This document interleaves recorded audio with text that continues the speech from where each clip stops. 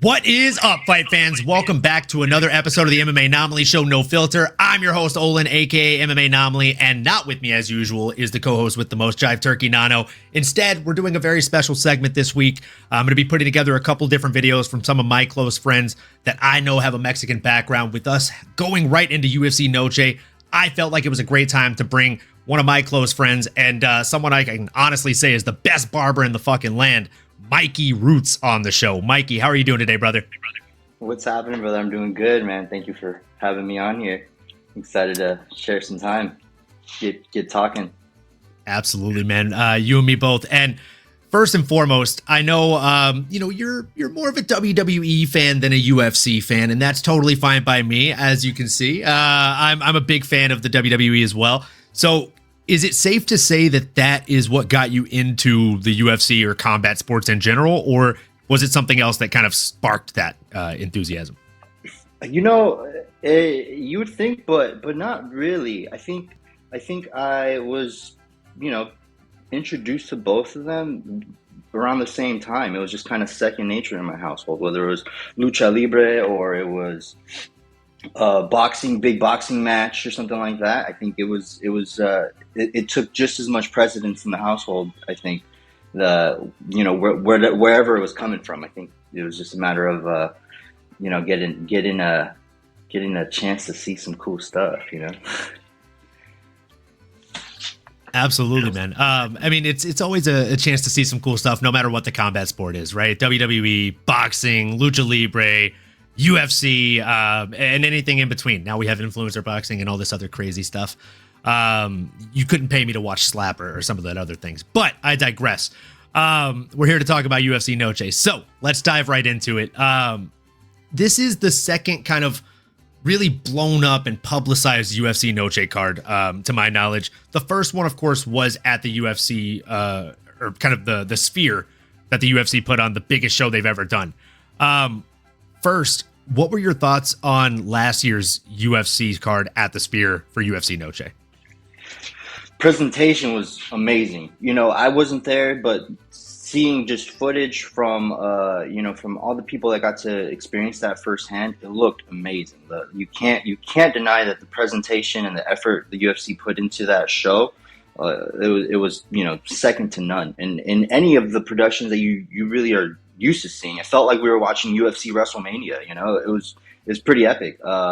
And it's they did a really good job of getting all the stars out, and I think at the time the Sphere was relatively new, so it was like the new shiny toy everybody wanted to play with and get a chance to use for their platform, and I thought they nailed it. I'm a little surprised they didn't go back there again, but San Antonio, I feel like it's a little bit closer to the culture. There's a lot of raza out there, and I think they think they just wanted to play up to that a little bit, which I think might end up making for a good crowd, a good move on the UFC's part. I think in terms of like presentation, it may take a little bit of a step back, but it's hard to say that that card isn't just as stacked as it was last year.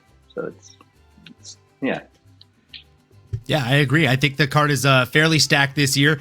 Some people are saying it doesn't live up to the hype of last year, but this is the UFC, right? Unfortunately, and I mean, these things happen in the WWE as well, where you have wrestlers get injured and they're out for a very long period of time. Like, we were supposed to get the man, the myth, the legend, Raul Rosas Jr. on this card, but we didn't. So, it is what it is. He pulled out due to an undisclosed injury. I mean, I would pull out due to an undisclosed injury too if I realized I was fighting Rob Font, aka Hobby Fonch, on Saturday. I wouldn't want to do it. So, but even with that, we've got a hell of a main and co-main event, and I think those two alone are damn near enough to carry the card. We got Diego Lopez, who, I mean, if you've seen him, he looks like the dude from Blink-182. Where are you? And he's coming in there against John Silva, who is just a psychopath who stands in front of you and barks like a dog and has a terrible comic book origin story of a backstory. So you said that you're equally as hyped for this card this year. Do you think the stars are going to be out in abundance the way that they were in Vegas, or do you think that maybe the Sphere added quite a bit of allure to that and reasoning for them to be there? I think Vegas, easier to get your stars out there. It's a kind of like a destination attraction spot, and like I said, the Sphere itself was like a big deal. I do think the marriage that UFC has with a lot of like the crossover that UFC has with other sports, whether it's WWE or you're seeing their stars on all these different platforms and stuff. I think there's enough interest there in the card and the overall UFC Noche event, where I do think we're gonna see some stars there. I don't think people are like, oh, I don't want to go to San Antonio. I think it's gonna bring out the people. Yeah, I actually have a friend that's gonna be there. So she's there right now for the all the kind of pre-festivities for the media day and stuff like that. Should be a good time, man. It should definitely be a good time, and San Antonio usually is. So jumping back to kind of the cultural aspect, right? Like, I know last year, whenever they were hyping up the Sphere card, Dana White's whole quote that he said ad nauseum felt like a broken record a little bit. He said, this is the UFC's love letter to Mexico. Do you think that that's an accurate depiction of what UFC Noche is or stands for? And would you do anything differently to see it represent Mexico a little bit more wholeheartedly? I mean, I don't want to take away from the event. I think it's a solid effort to give us something on Mexican Independence Weekend, which is notoriously like a popular weekend for combat sports, for boxing. I think it touches to the Mexican culture. It's like we're used to a fight that weekend, so I think they're doing a good job in that sense of like giving us a special card that's going to feature some Latino fighters. It's going to feature some up and coming fighters. I think with the UFC, they're really good at stacking these cards, and you never know which event is going to be the event of the year. I think unless you're looking at like the big dream matches or the big championship matches that sometimes they don't even deliver themselves. So I think there's a lot of potential for this to blow out of the water. And I think the tempered expectations just give it that much more room to deliver. So I think that's a good thing. I think there's as far as what they could do a little better. I mean, I would love to see a big UFC event in Mexico. That'd be sick, right? But I know logistic wise and stuff, that'd probably be a little tough to pull off. And I don't really know what the fandom, how the fandom reacts to something like that, So I think the best you can do is just put prominent fighters and give them a platform to show what they have, and these thematic kind of nights. I think they work. It works. It gets eyes on it. It gets different opportunity for different fighters and stuff. So I like it. It'd be cooler if it was at the Sphere again. I guess that'd be an easy answer there, right? I think any event you do at the Sphere, I'd go watch the Pussycat Dolls at the Sphere. Facts. Yeah. I mean, Wizard of Oz is currently on track to do 100 million this year. I hear it's killing. Yeah, that's right. I'm still trying to go to like a Monday Night Raw or something like that at the Sphere. That'd be so dope. Fire. Let me know when you go. So cool. I'll come with you. So, okay, it sounds like you're fairly hyped about this card. So I'm going to poke the bear. I'm going to play devil's advocate a little bit here. Last year, I feel like they had a much better representation of Mexican fighters fighting out of Mexico. And, you can say Diego Lopez is Mexican, right? He's fighting out of Brazil, though. So bit of a toss-up, which Jean Silva has also poked fun at. He's like, he's not even a real Mexican fighter. What's this guy doing pretending to be Mexican? And then out of 28 fighters, I think it's a 14 fight card. They try to stack it up with a lot of fights. So 28 fighters, there are 5 that are fighting out of Mexico.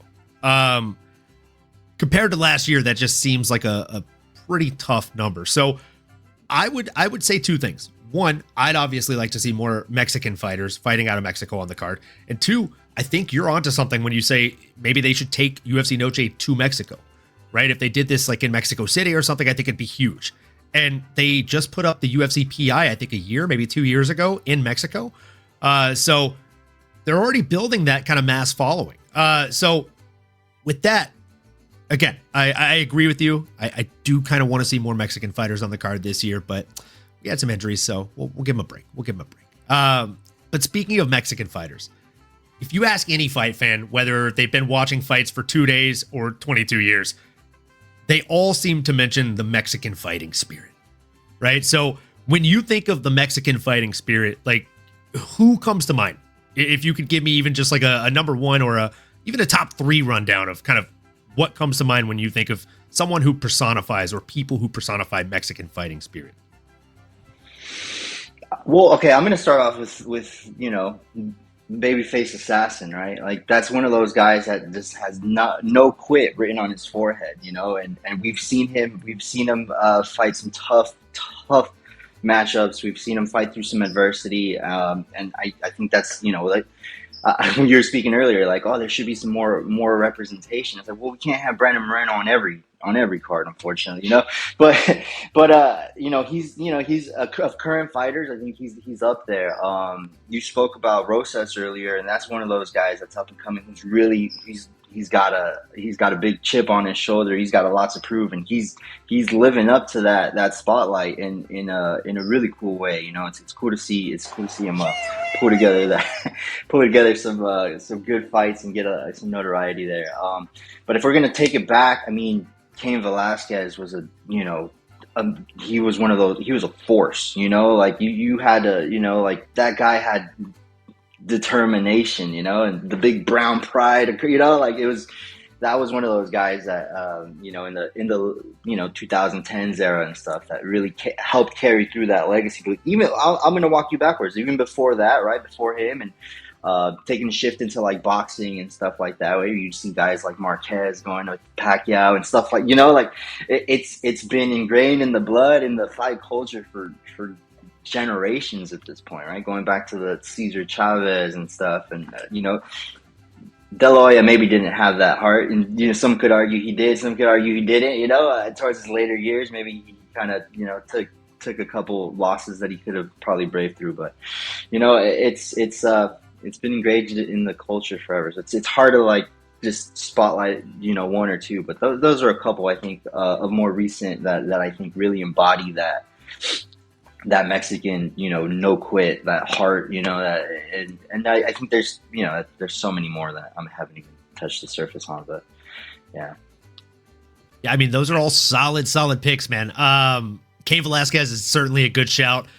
You can't think of UFC and Mexican fighter spirit without thinking of Brandon Moreno. Like, last picked on his season of Ultimate Fighter, beat number 1 seed in his season of Ultimate Fighter to get his contract in the UFC. Goes on a decent run, then loses 2 fights, gets cut from the promotion, fights his way back up in another promotion. And like, what was the speech after his like first or second win in the UFC? Like, it may not be today, pero it may not be tomorrow, this month, or this year, but I will be the champion someday. That's like, I got chills just saying that shit, bro. Like, he's the guy, man. He's someone you want to see win. And I hope he wins all the bonuses so he can keep on spending that money on Funko Pop and Lego bricks. Because we know that's what he's into. Like, that's one nerd that'll whoop your ass, folks. Now, outside of the UFC, right? We have a huge boxing match that's going on this weekend. And I think there's a guy that's standing in one half of the main event that does represent Mexican fighting spirit pretty damn well in Saul Canelo Alvarez. He's coming in against the real son of a gun, though, who's coming up in 2 weight classes to face him for greatness, for legacy, right? In Terrence Bud Crawford. Curious to hear how you see this fight playing out. Do you have a dog in this fight? It's so hard. I mean, I'm a little ashamed that I didn't even bring up Canelo's name in the previous question. If that's I remember. It had to be over 10 years ago. I remember he was still coming up, and I had uncles that were like, this guy Canelo, he's, fighting out, he's coming, he's going to be the guy, And so like, when he did get his moment with like Mayweather and stuff, I remember watching that fight really, really avidly and really, really, that was one of those first fights that I remember kind of like dissecting and seeing like just this seeing the no quit, he really fought. He really fought his fight, and unfortunately, didn't take that win there. But anyways, back to this weekend. He's evolved. He's a completely different fighter. Still carries that heart with him. Still carries that. Now carries way more power. Which even back then, like he had some power. Now we really get a chance to see it. Bud Crawford is one of those guys who's dominated, who seemed kind of untouchable, and unfortunately, I'm not gonna go and say Canelo's losing. I definitely I have a bias there, but his record shows it. I think Bud Crawford is gonna look really good. I think he's gonna show us that he deserves that platform and he deserves this opportunity. But I think ultimately Canelo makes him fight his fight, and I think whenever Canelo has an opportunity to make his opponent fight his fight, he wins. And so I think Crawford is going to look really good, and he may look really good in defeat. And it's one of those things we see it happening in wrestling all the time. Where it's like, well, Rey Mysterio put up a hell of a fight, but he just couldn't beat the Undertaker. And I think it's going to be a little bit of that. Man, comparing Canelo Alvarez to The Undertaker is wild stuff. But hey, I'll take the Bud Crawford being compared to Rey Mysterio comparison. That's nice. Oh, man. Look, I'm with you. I can't not bet on Bud Crawford, though. He's the fighter I've won the most money on in my betting career. So every time he fights, I'm 10 units deep on him in some way, shape, or form. So I don't have him to win. I have him to get a knockdown, though. I know Canelo has never been knocked down in his professional career. Father Time is undefeated. And I know that he's the younger man, but he has more wear and tear on the tires. And Bud just goes out there and typically knocks people out that have never been knocked out before, or knocked down for that fact. So I could see Canelo making him fight his fight exactly like you said, but I could also see Canelo walking onto a right cross or a right hook and getting dropped momentarily and then coming back and fighting through, showing exactly that spirit we keep referencing and fighting his way to victory in this one. Now, last question from me.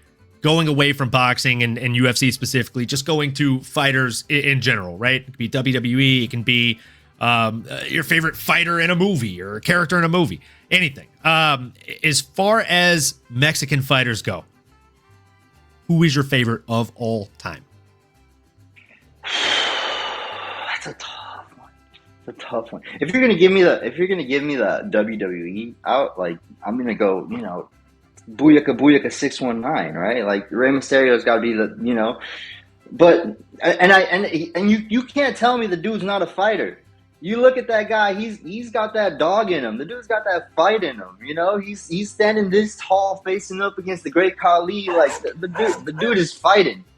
The dude is fighting, and I love that about him. I had an opportunity to meet him years back, and he's amazing guy, through and through. And it's one of those rare. Where did he stack up on you? Did he come up to like your shoulders?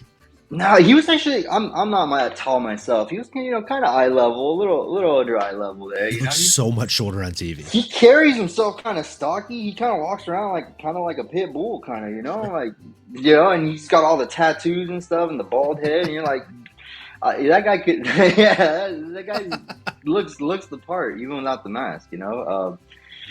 He's definitely one of my favorite all time fighters. But if we jump into boxing, I think I grew up in that De La Hoya era, and it was heartbreaking seeing him in defeat with Mayweather. That was a tough one, but he's still, I think he still deserves a lot of respect and recognition. He carried that mantle for a really it's a very pivotal era, like that he kind of like transferred over from the Julio Cesar Chavez to like what we have now. Without the De La Hoya, there would be no Canelo, and so you kind of have to give a guy like that his flowers, And me being a '90s kid, that's just kind of that was the household name at the time, And if I'm going to go UFC, I mentioned him earlier, Cain Velasquez was so fun to watch, and seeing him up against like Brock Lesnar and stuff like that, like, it was unreal. And then he did that little stint in the WWE, and he kicked ass in that ring too. I mean, he's one of those guys that I think I think decades from now, we'll still look back and be like, that guy was a badass. He was he was an anomaly, like that guy was, I don't know if we ever see a guy with that background with that prominent of a role in the UFC. So props to him too. Yeah, I gave you three. Absolutely. One of each. Love it, man. Yeah, I mean, it's hard to disagree with any of those. Like Rey Mysterio Jr. for WWE, like he's the guy. He's definitely the fucking guy. Close second would probably be Eddie Guerrero for me. And granted, like he's kind of like the Michael Bisping of WWE for me. A guy that I hated when I was a kid. And then the older I got, the more I was like, he's kind of sick. He's kind of dope as fuck. When I was a kid, I was like, he sucks. He's a cheater. But I got older and I'm like, fuck, dude, he is great, man. It's like the sport is better for him or better because of him. So yeah, hard to disagree though. Rey Mysterio Jr. carried that mantle for years. He still carries the fucking mantle. Now it's his son. So, I mean, I think that story is probably the one and only time that nepotism is a good thing for us, right? I think that's fair to say. And yeah, Oscar De La Hoya, like some people hate on the guy, but dude, he's a stud. He's a stud. And if I could bring back any reality TV show that got canceled after one season, it would be his reality TV show, The Next Great Champ. It was like Ultimate Fighter, but for boxers. They did like silly challenges with the fighters. Like the challenge that I remember the most is they put, I think, like 4-pound weights in each glove, and they put a laser pointer inside the glove, and they had to hold their hands in guard. And they all started at the same time, and basically last man standing won the challenge. It was like the challenge meets the Ultimate Fighter boxing edition. So it was a fun ass show, dude. And that was Oscar De La Hoya, bro. And he's got Golden Boy Promotions. He's bringing up more of that talent in that staple. So you love to see it. With that being said, folks, if you are anywhere near the San Diego area and you want to make sure that you get the best haircut you've ever had in your entire fucking life, make sure you go see my guy, MikeyRoots. He is the best in the biz. I searched far and wide to find a good barber, and somehow I found a great barber and an even better person. So I appreciate the time. I appreciate you being on today, and I'll let you know when I get the video edited and posted. Anything else you want to say to the people, Mikey? Let's this is we're in crunch time right now, and I think it's really cool to get to get these events, UFC Noche and events like that, and to just spread love, man. There's so much division. There's so much, there's so much background noise and all of these things. So it's cool to just be able to like pull together. We all have a common interest here. Let's respect and appreciate what we're trying to do here, and it's awesome, man. I love it. Thanks for having me on. I really do appreciate it. Getting the chance to chat this up.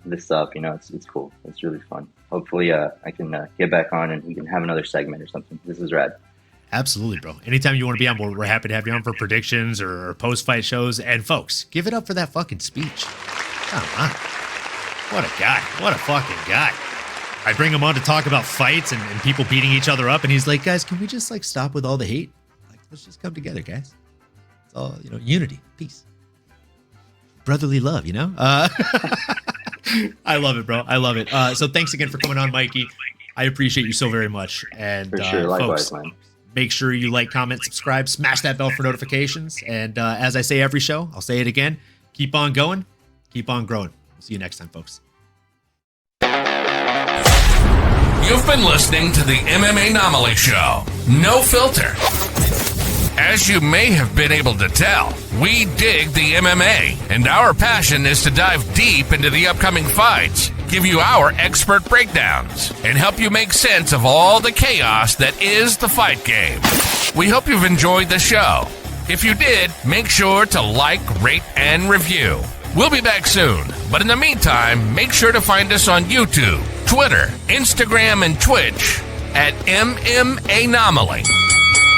Be cool, and we'll see you next time.